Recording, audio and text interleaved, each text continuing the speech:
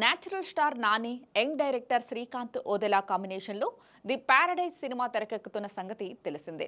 టీజర్తోనే ఇండస్ట్రీని షాక్ అయ్యేలా చేసిన ఈ మూవీపై అప్పుడే భారీ హైప్ క్రియేట్ అయింది. హీరో చేతిపై ఉన్న టాటూ మీద పెద్ద చర్చ జరిగింది. 1980లో సికింద్రాబాద్ బ్యాక్డ్రాప్లో ది ప్యారడైజ్ సినిమా రూపొందుతోంది. ప్యారడైజ్ హోటల్ ప్రాంతంలో నివసించే అణగారిన ప్రజల హక్కుల కోసం పోరాడే వ్యక్తిగా నాని కనిపించనున్నారు. నాయకుడిగా ఉండటానికి గుర్తింపు అవసరం లేదు అనేది ఈ సినిమా మెయిన్ ప్లాట్ అని తెలుస్తోంది.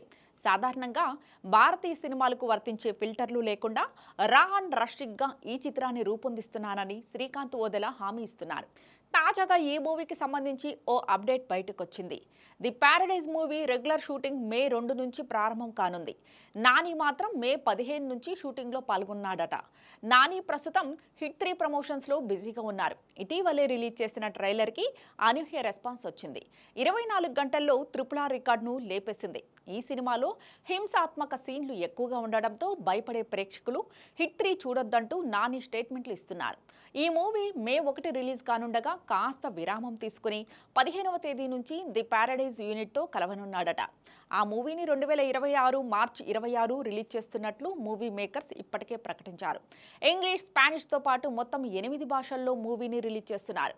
నాని ఈ సినిమాని మ్యాడ్ మ్యాక్స్ లాంటి హాలీవుడ్ మూవీతో ప్యారడైజ్ను కంపేర్ చేస్తున్నారు.